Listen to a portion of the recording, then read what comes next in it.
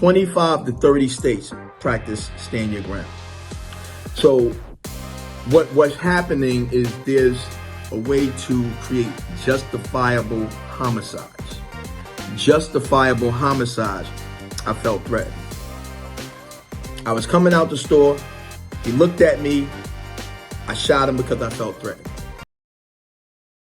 Kenny Green, raw perspective, concrete and steel, keeping it good and raw for the people.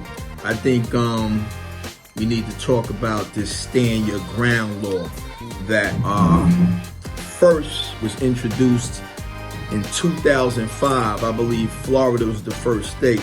And I think it's important to know what it really means and not what you think it means, right? If a person feels threatened, they can use deadly force. They have to feel threatened. They don't really have to be threatened. You understand what I'm saying? So you have to watch your movement.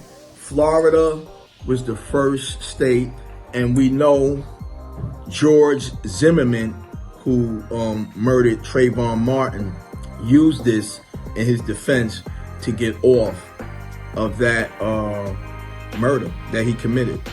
We now have a case with Ralph Yard, the 16-year-old that's dealing with, being shot in the head by an 80-something-year-old.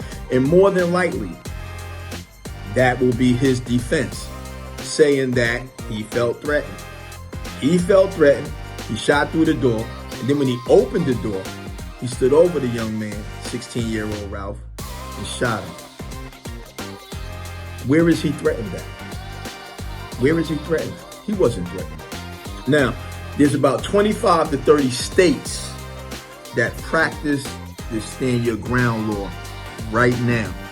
And it's important that we understand what that means and why it's happening, and also know how to put yourself in a better position when you're dealing with different things moving around. You know what I'm saying? There's so many excuses that people will use now to do certain things. So I just have to speak about that because Trayvon Martin murder was years ago. And right now, there's a 16-year-old that was shot. And more than likely, in this case with Ralph Yard, is in Kansas City, Missouri.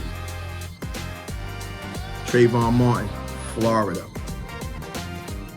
So just pay attention to what's being pushed and how things are now being justified, okay? Because if you don't know, you need to know what the laws are in the states you are living, passing through, and dealing with. Very important. Concrete and steel, Kenny Green. Be careful with that, stand your ground.